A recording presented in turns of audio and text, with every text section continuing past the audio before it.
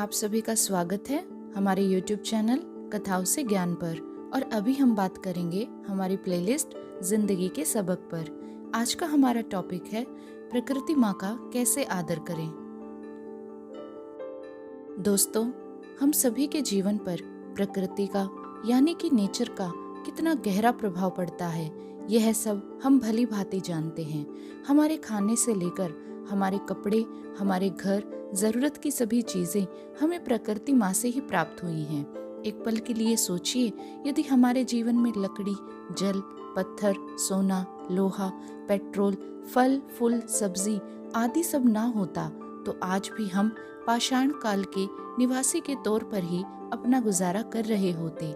हमारे जीवन का प्रत्येक क्षण प्रकृति माँ पर पूरी तरह से निर्भर करता है। इतना आभारी होने के बावजूद भी इंसान किस तरह से और कैसे प्रकृति का उस पर किया गया यह एहसान भूल सकता है।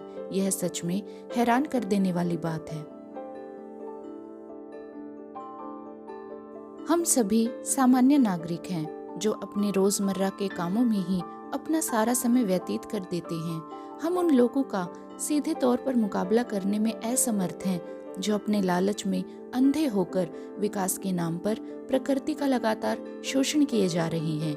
लेकिन हैरान करने वाली बात तो ये है कि इन बुरे लोगों को समय रहते यह समझ भी नहीं आ रहा कि जब प्रकृति अपना रौद्र रूप दिखाएगी तब इन्हें कोई भी बचा नहीं पाएगा, ना ही इनका पैसा और ना ही इनकी किसी भी प्रकार की ताकत। खैर, इन्हें छोड़कर अब हम उन छोटी छोटी लेकिन बहुत ही महत्वपूर्ण चीजों पर बात करते हैं जिन्हें अपनाने से काफी हद तक हम प्रकृति की इज्जत और रक्षा दोनों ही आराम से कर पाएंगे।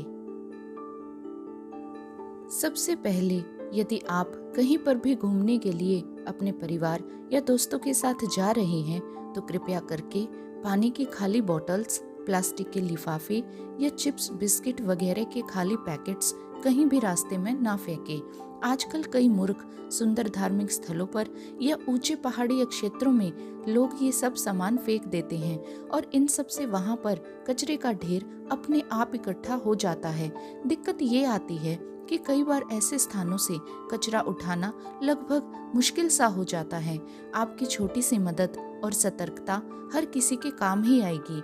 इसलिए जो भी सामान से कचरा बने उसे कृपया करके कूड़ेदान यानी कि डस्टबिन में ही डालें और अपने दोस्तों, प्रियजनों या परिवार के सभी लोगों को ऐसा करने की हिदायत अवश्य दें।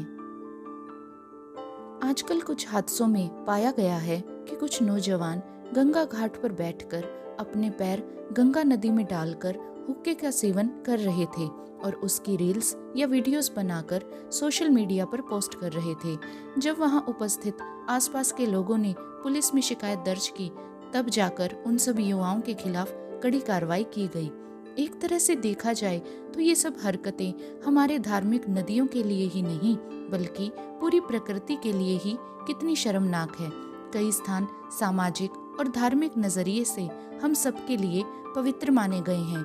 ये सब गिरी हुई हरकतें करके आप उस स्थान की मर्यादा, संस्कृति और प्रकृति का अनादर ना ही करें तो सबके लिए बेहतर ही होगा। अगर आप किसी भी स्थान पर किसी पानी के नल को बिना किसी बात के चलता हुआ देखते हैं तो उसे जल्द से जल्द बंद अवश्य कर दें। पानी को बेवजह बर्बाद होने से बचाएं।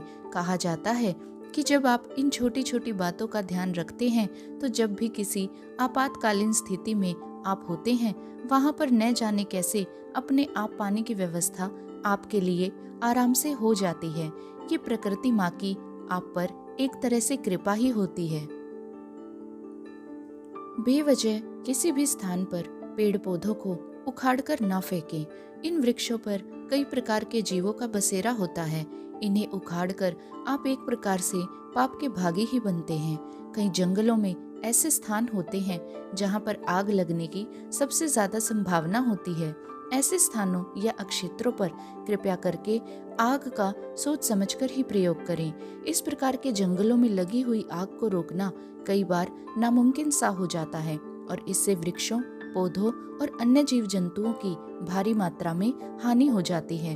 आपकी छोटी सी लापरवाही बहुत बड़े नुकसान का कारण बन सकती है। इसलिए इस बात का आप सभी विशेष तौर पर ध्यान दें। हमारे देश में जितने भी जल के स्रोत हैं, जैसे नदियाँ, झीलें, तालाब इत्यादि, आप इन सब के अंदर किसी भी प्रकार का कचरा ना डालें। कई विदेशी लोग हमारे देश के खूबसूरत और मशहूर पर्यटन स्थलों पर आकर झीलों या तालाबों में प्रदूषण फैलाने की कोशिश करते हैं। उन्हें ऐसा करने से रोकें और स्वयं को एक जिम्मेदार नागरिक अवश्य सिद्ध करें। आजकल हमारे देश में विदेशियों द्वारा की गई रेव पार्टीज का चलन बहुत ज्यादा हो रहा है। इन पार्टीज में विदेशियों द्वारा ड्रग्स और अल्कोहल का भारी मात्रा में सेवन किया जाता है और ये पार्टीज ज्यादातर पहाड़ों में बहुत ही गुप्त तरीके से ऑर्गेनाइज की जा रही हैं।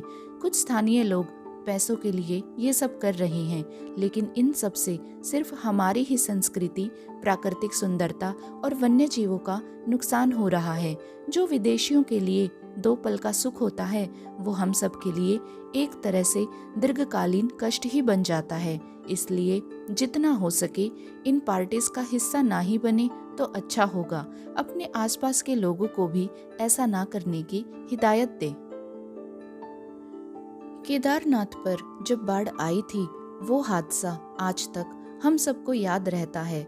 हमारे ज्यादातर धार्मिक स्थलों पर विकास और श्रद्धालुओं की सुविधाओं के नाम पर बिना बात का कंस्ट्रक्शन वर्क किया जाता है, होटल्स और रेस्टोरेंट्स के रूप में।